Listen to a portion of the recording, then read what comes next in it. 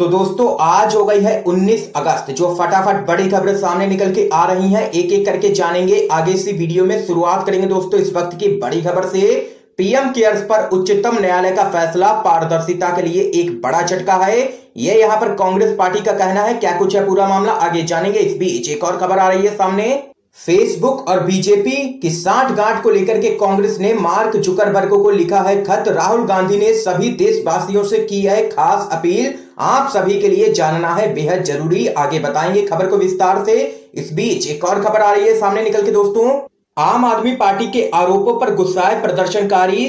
शाहीन बाग के प्रदर्शनकारियों ने कहा एक बार फिर से शुरू होने जा रहा है सीएए का जबरदस्त विरोध, संविधान बचाने की है लड़ाई। इस बीच आप लोगों को दोस्तों बताएंगे किसानों को देशद्रोही कहने पर बीजेपी चौतरफा घिरी, कांग्रेस पार्टी ने किया है बड़ा हमला। इस बीच आप लोगों को दोस्तों बताएंगे अगर तुर्की जाने पर आमिर खान देशद्रोही हैं तो बिना बुलाए पाकिस्तान जाने वाले नरेंद्र मोदी कौन है। पूर्व सांसद पप्पू यादव ने किया है बड़ा हमला। क्या कुछ है पूरा मामला, इसी प्रकार की तमाम बेहद बड़ी खबरें आप लोगों को विस्तार से आगे इसी वीडियो में बताएंगे। लेकिन उससे पहले दोस्तों आप लोगों से एक छोटा सा निवेदन है कि अगर आप लोग भी जबरदस्त तरीके से बीजेपी के द्वारा की जा रही धर्म की राजनीति का विरोध करते हैं तो आप लोग अभी इस वीडियो को लाइक करके लाल कलर के सब्सक्राइब बटन को दबा करके चैनल को फ्री में सब्सक्राइब करके बेल के आइकन को जरूर दबा दीजिए दोस्तों। और कमेंट बॉक्स में कमेंट करना बिल्कुल भी मत भूलिएगा। जय हिंद जय भारत। दरअसल दोस्तों पहली बड़ी खबर सामने निकल के आ रही है। पीएम केयर्स पर उच्चतम न्यायालय का फैसला पारदर्शिता के लिए एक बड़ा झटका है, ये यहां पर कहना है कांग्रेस पार्टी के मुख्य प्रवक्ता रणदीप सिंह सुरजेवाला का। जी हां दोस्तों आप लोगों को बताते चले कांग्रेस ने कहा है कि पीएम केयर्स कोष के बारे में आया उच्चतम न्यायालय का फैसला जनता के प्रति सरकार की पारदर्शिता और जवाबदेही के लिए एक बड़ा झटका है। पार्टी के मुख्य प्रवक्ता रणदीप सिंह सुरजेवाला ने ट्वीट किया है कि उच्चतम न्यायालय का फैसला जनता के प्रति सरकार की जवाबदेही और पारदर्शिता के लिए झटका है। यह शासकों की मतदाताओं के प्रति जिम्मेदारी एवं जवाबदेही के संदर्भ में एक दुखद दिन है। गौरतलब है कि उच्चतम न्यायालय ने केंद्र को कोविड-19 से लड़ने के लिए पीएम केयर्स फंड में मिली दान की राशि को राष्ट्रीय आपदा कोष में ट्रांसफर करने का निर्देश देने से इनकार कर दिया था। इसी पूरे मामले पर कांग्रेस पार्टी ने घेरा है। इस बीच एक और बड़ी खबर दोस्तों सामने निकल के आ रही है। वरिष्ठ वकील प्रशांत भूषण के समर्थन में आए सुप्रीम कोर्ट, हाई कोर्ट के रिटायर्ड जज और ब्यूरोक्रेट्स। जी हां दोस्तों आप लोगों को बताते चले अवमानना केस में दोषी करार दिए गए वरिष्ठ वकील प्रशांत भूषण के समर्थन में सुप्रीम कोर्ट और हाई कोर्ट के रिटायर्ड जस्टिस, रिटायर्ड ब्यूरोक्रेट्स, शिक्षाविद और वकील आ गए हैं। भूषण के समर्थन और सुप्रीम कोर्ट के आदेश के खिलाफ 3000 से भी अधिक लोगों ने एक बड़ा बयान जारी किया है। इसमें सुप्रीम कोर्ट और हाई कोर्ट के 13 रिटायर्ड जस्टिस ने अपने हस्ताक्षर भी किए हैं। इन सभी लोगों ने यहां पर सुझाव भी दिया है कि कोर्ट के फैसले पर तब तक अमल नहीं किया जाना चाहिए जब तक कि कोरोना महामारी के बाद शुरू होने वाली कोर्ट की नियमित सुनवाई में बड़ी बेंच इसका रिव्यू ना कर ले। प्रशांत भूषण के समर्थन में आए जजों और वकीलों ने अपने सुझाव में आगे कहा है कि हमें उम्मीद है कि सुप्रीम कोर्ट ने बीते 72 घंटे में उठी सभी आवाजों को सुना होगा और न्याय को खत्म होने से रोकने के लिए सुधार करने वाले कदम उठाए जाएंगे ताकि आम जनता में एक बार फिर से कोर्ट के लिए सम्मान और विश्वास पैदा हो सके। ये यहां पर दोस्तों बेहद बड़ी खबर सामने निकल के आई है। इस बीच एक और जानकारी आप लोगों को दोस्तों बताते चलें। अगर तुर्की जाने पर आमिर खान देशद्रोही हैं तो बिना बुलाए पाकिस्तान जाने वाले मोदी जी कौन है, ये यहां पर कहना है पप्पू यादव का। आप लोगों को दोस्तों बताते चले बॉलीवुड के अभिनेता आमिर खान के तुर्की की फर्स्ट लेडी से मुलाकात करने पर भारत में बवाल मचा हुआ है। सोशल मीडिया पर हिंदूवादी संगठनों द्वारा आमिर खान को इस मुलाकात के लिए लगातार ट्रोल किया जा रहा है। दरअसल आमिर खान अपनी आने वाली फिल्म लाल सिंह चड्ढा के लिए तुर्की पहुंचे थे। तो वहीं इस पूरे मामले में पूर्व सांसद पप्पू यादव ने ट्वीट कर प्रधानमंत्री नरेंद्र मोदी पर जमकर के निशाना साधा है। उन्होंने इस ट्वीट में लिखा है कि तुर्की के राष्ट्रपति की पत्नी से मिलने भर से अगर किसी को देशद्रोही कहा जा सकता है तो बिना बुलाए पाकिस्तानी प्रधानमंत्री के यहां बिरयानी की दावत उड़ाने वालों को क्या कहा जाना चाहिए। तो वहीं आप लोगों को आगे बताते चले पूर्व सांसद पप्पू यादव के इस ट्वीट पर एक यूजर ने कहा है कि भारत के प्रधानमंत्री हैं, तुर्की और पाकिस्तान से प्यार करते हैं, आमिर खान जनता के पैसे से तुर्की नहीं गया, प्रधानमंत्री तो जनता के खून पसीने की कमाई को बर्बाद करके दुनिया भर के भ्रमण पर निकल जाते हैं। ये यहां पर सोशल मीडिया यूजर्स ने जबरदस्त हमला बोला है प्रधानमंत्री नरेंद्र मोदी पर, और पूर्व सांसद पप्पू यादव ने भी लिया है पीएम मोदी को निशाने पर। इस बीच एक और बड़ी खबर दोस्तों सामने निकल के आ रही है।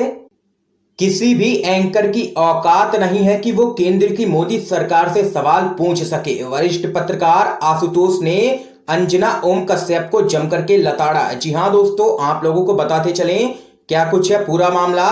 वरिष्ठ पत्रकार और राजनीतिक विश्लेषक आशुतोष ने डिबेट के दौरान ये कहा है कि किसी भी एंकर की औकात नहीं है कि वो प्रधानमंत्री नरेंद्र मोदी से सवाल पूछ सके।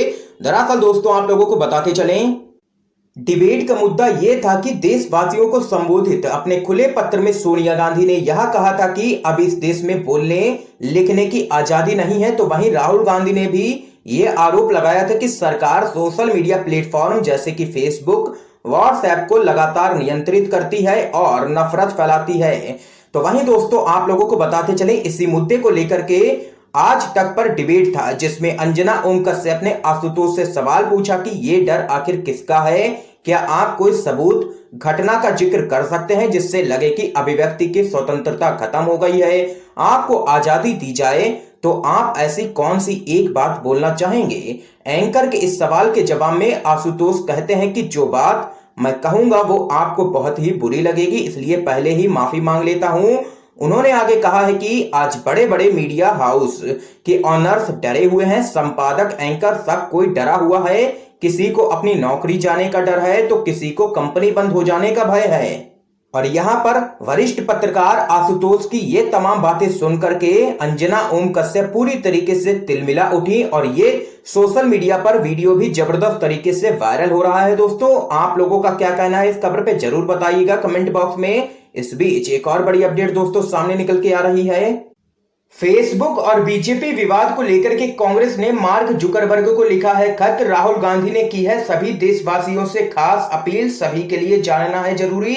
दरअसल दोस्तों आप लोगों को बताते चलें, सोशल नेटवर्किंग कंपनी फेसबुक पर भारतीय जनता पार्टी के पक्ष में अपनी नीतियों को नजरअंदाज करने के आरोपों पर मचे राजनीतिक उथल पुथल के बीच कांग्रेस ने कंपनी के प्रमुख मार्क जुकरबर्ग को ईमेल के माध्यम से एक चिट्ठी लिख करके मामले में पक्षपात रहित जांच कराने को कहा है। इस चिट्ठी में भारत की मुख्य विपक्षी पार्टी ने कहा है कि इस पूरे मामले की फेसबुक हेडक्वार्टर की तरफ से उच्च स्तरीय जांच करवाई जाए और जांच पूरी होने तक उसके इंडिया यूनिट के संचालन की जिम्मेदारी नई टीम को सौंप दी जाए ताकि जांच को प्रभावित ना किया जा सके। पार्टी की ओर से यह चिट्ठी संगठन महासचिव केसी वेणुगोपाल के नाम से मार्क जुकरबर्ग को ईमेल की गई है। इस चिट्ठी को पार्टी के पूर्व अध्यक्ष राहुल गांधी ने भी अपने ट्विटर हैंडल से यहां पर शेयर किया है। राहुल गांधी ने अपने ट्वीट में कहा है कि हर भारतीय को इस बारे में सवाल पूछना ही चाहिए। उन्होंने आगे लिखा है कि हम पक्षपात, फेक न्यूज और हेट स्पीच के जरिए बहुत मुश्किल से हासिल किए गए अपने लोकतंत्र में छेड़छाड़ बिल्कुल भी बर्दाश्त नहीं कर सकते हैं।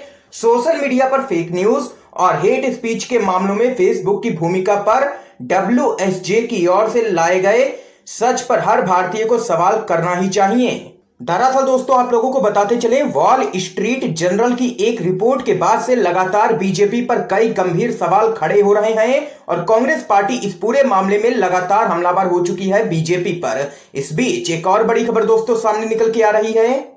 सुन्नी वक्फ बोर्ड को अयोध्या में मस्जिद के लिए जमीन का मिला कब्जा। आप लोगों को दोस्तों बताते चले, अयोध्या में बाबरी मस्जिद के स्थान पर सुप्रीम कोर्ट के आदेश पर सुन्नी वक्फ बोर्ड को मस्जिद बनाने के लिए दी गई 5 एकड़ जमीन पर कब्जा मिल गया है।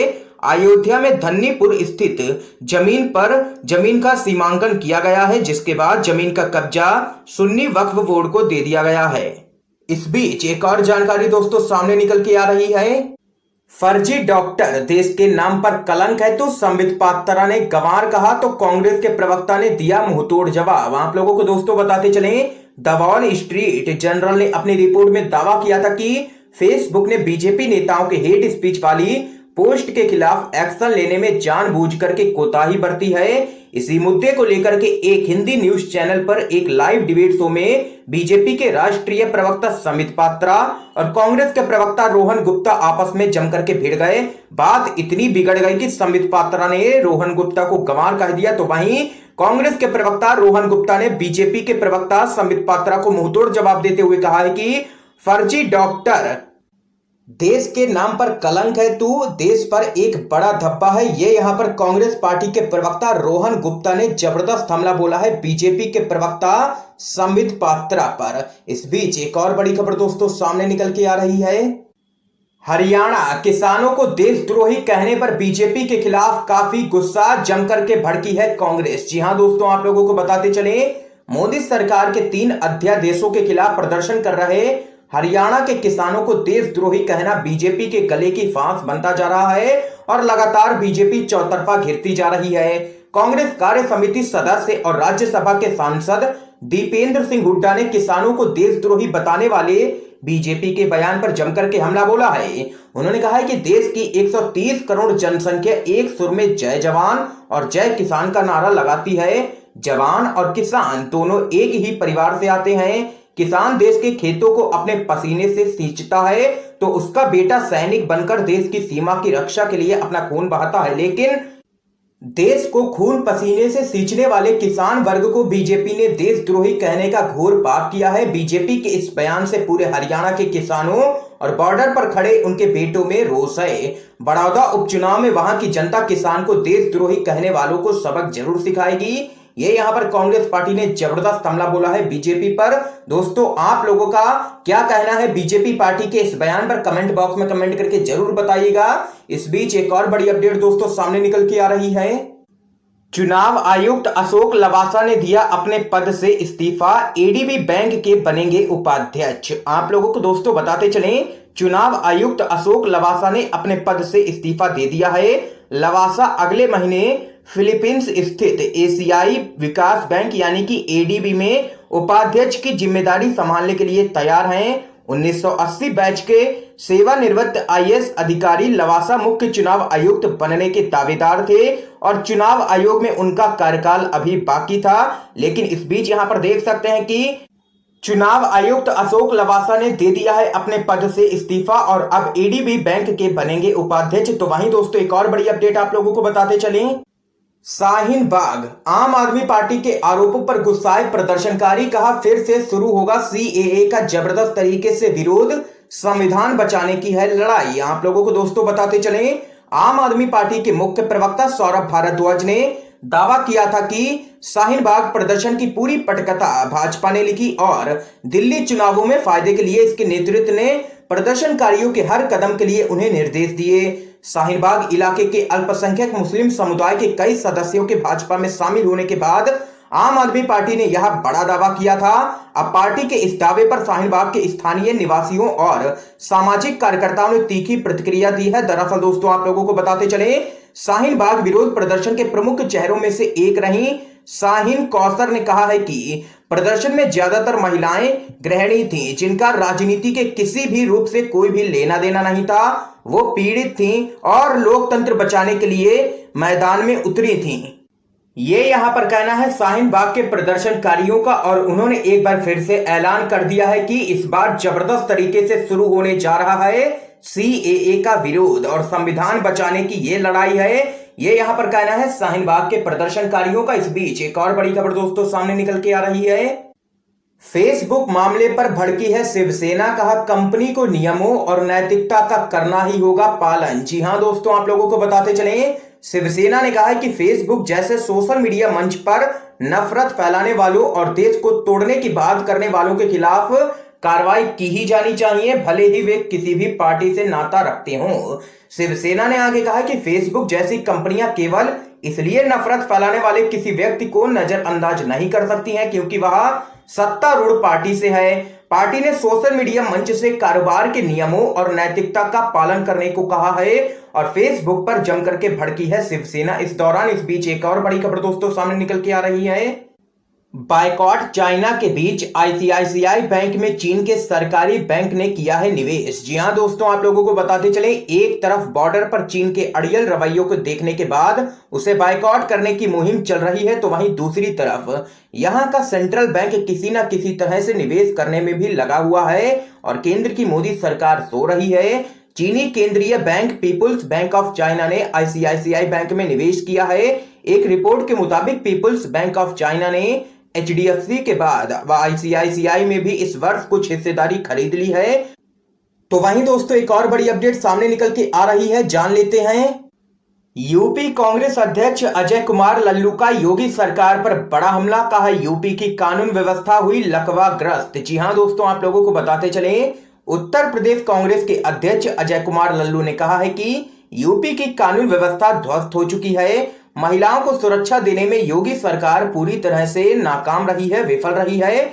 यहां की कानून व्यवस्था लकवाग्रस्त हो चुकी है। अजय कुमार लल्लू ने अपने जारी बयान में कहा है कि प्रदेश में नाबालिग बच्चियों के साथ हो रहे गैंगरेप, हत्या और महिलाओं पर होने वाली दरिंदगी रोकने में सरकार पूरी तरीके से विफल है। यहां की कानून व्यवस्था लकवाग्रस्त हो चुकी है। पूरे यूपी में जंगल राज कायम हो चुका है। ये यहां पर जबरदस्त हमला बोला है उत्तर प्रदेश कांग्रेस के अध्यक्ष अजय कुमार लल्लू ने योगी सरकार पर। तो वहीं दोस्तों एक और बड़ी खबर आप लोगों को बताते चलें, फेसबुक इंडिया की डायरेक्टर आंखी दास के खिलाफ छत्तीसगढ़ में मुकदमा हुआ है दर्ज। जी हां दोस्तों, आप लोगों को बताते चलें, फेसबुक इंडिया की पब्लिक पॉलिसी डायरेक्टर आंखी दास के खिलाफ छत्तीसगढ़ में मुकदमा दर्ज हो गया है।